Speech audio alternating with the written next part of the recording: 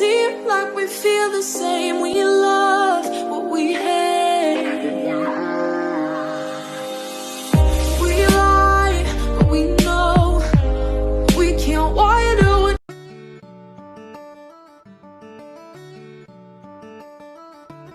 Be aware that stubbornness can lead people to consequences. This is just a shame, a reminder to each and every one of us. Sometimes it's good to be stubborn, but sometimes it's better to just let go of things and follow what is best for you. When you can pray what troubles you and let God guide you, you will be aware to control your stubbornness.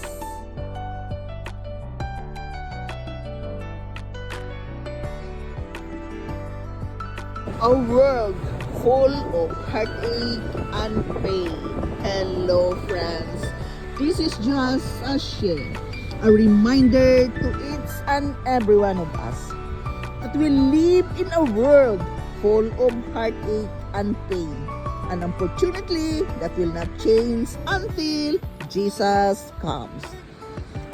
We have to understand that one of the worst form of heartache is the pain of losing a loved one.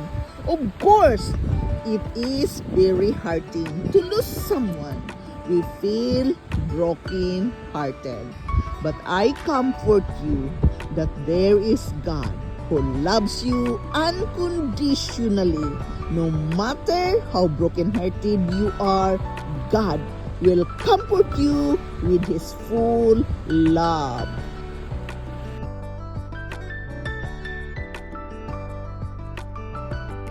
Remember who will heal and restore your health. Hello, friends. This is just a share, a reminder to each and every one of us.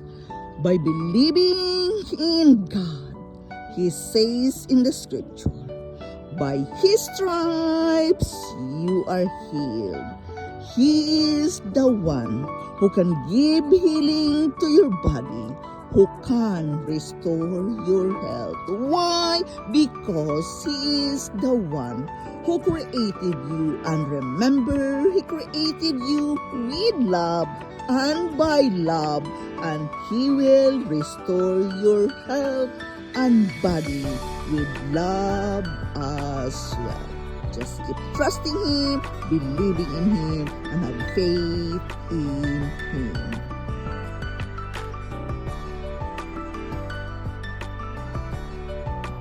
Control your anxiety by taking the pressure off. Hello, friends. This is just a share, a reminder to each and every one of us that it is very important that we can control ourselves, that we have the self-discipline we needed. You are the one who can have that discipline within you, so you can take the pressure off. We are having anxiety and stress because of the pressure. Take that pressure off away and live your best life. Learn self-control and self-discipline.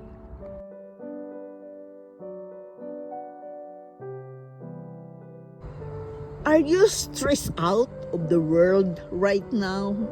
Hello, friends. This is just a share, a reminder to each and every one of us that many times we are so stressed out. What is going around us in the world right now? Stop for a moment. Look upon high there in heaven. Ask Him to be with you. Ask the Holy Spirit to guide you and be with you. He is there to guide us and lead us every time.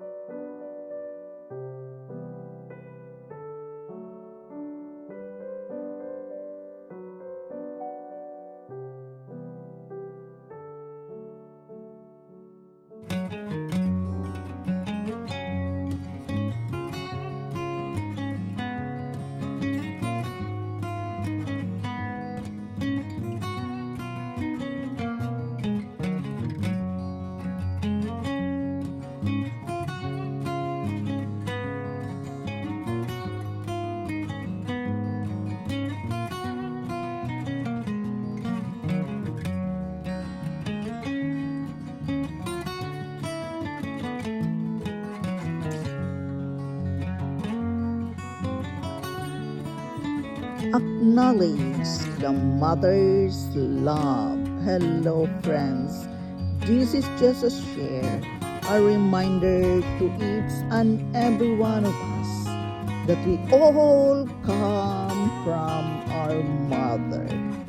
It is very important that we honor them, although not all of us have experienced a mother love. It cannot be avoided that some of us is struggling of something because their mother left them or their mother don't love them. But the most important thing here, whatsoever happening in our life, we all come from a mother.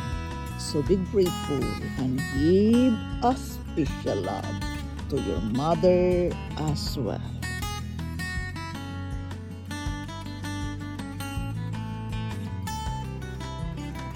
Be aware to do not believe in lies.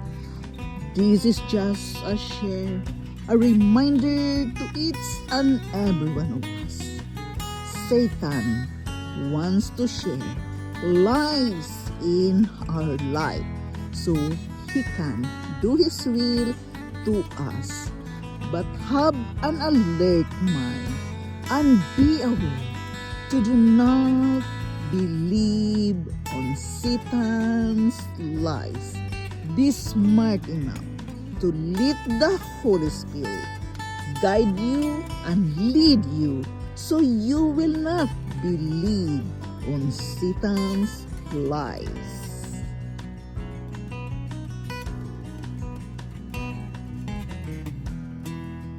When you choose to fall in love, your life won't never be the same. Hello, friends. This is just a share, a reminder to each and every one of us that we all have a choice. You have a choice to fall in love, and falling in love will really change your life for the better, because love is the very powerful, greatest things of all. So acknowledge love every day.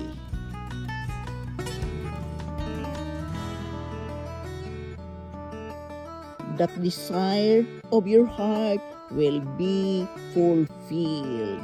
This is just a share, a reminder to each and every one of us that we all have desire wants to be fulfilled with the right mindset, with the right belief, trust, and actions, and right decision.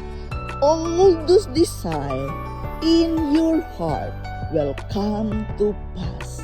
But remember that we all have given a choice to choose the right thing. You have the power to do the right thing with your life, with the right mindset, prayer and meditation to God. You can make it.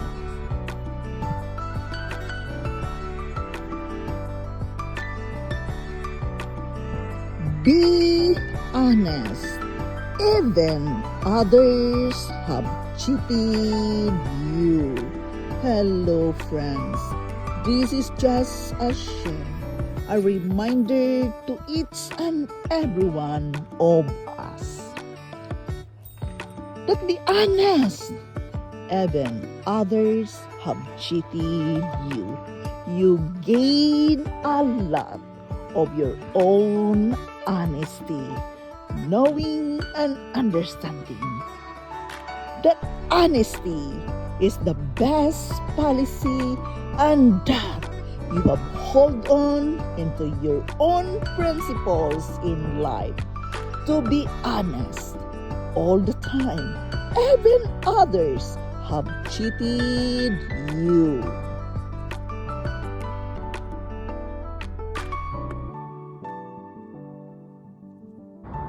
We all can do mistakes. Hello, friends. This is just a share, a reminder to each and every one of us that as a human being, we all can do mistakes in our day-to-day life. But remember, God do not look upon your mistakes. God loves you. You are the apple of His eyes. Ask forgiveness. Come humbly to the throne of God. He will give you second chances, and He will clear your conscience.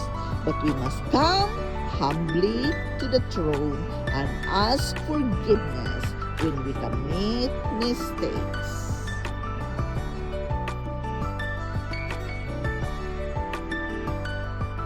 Like we feel the same, we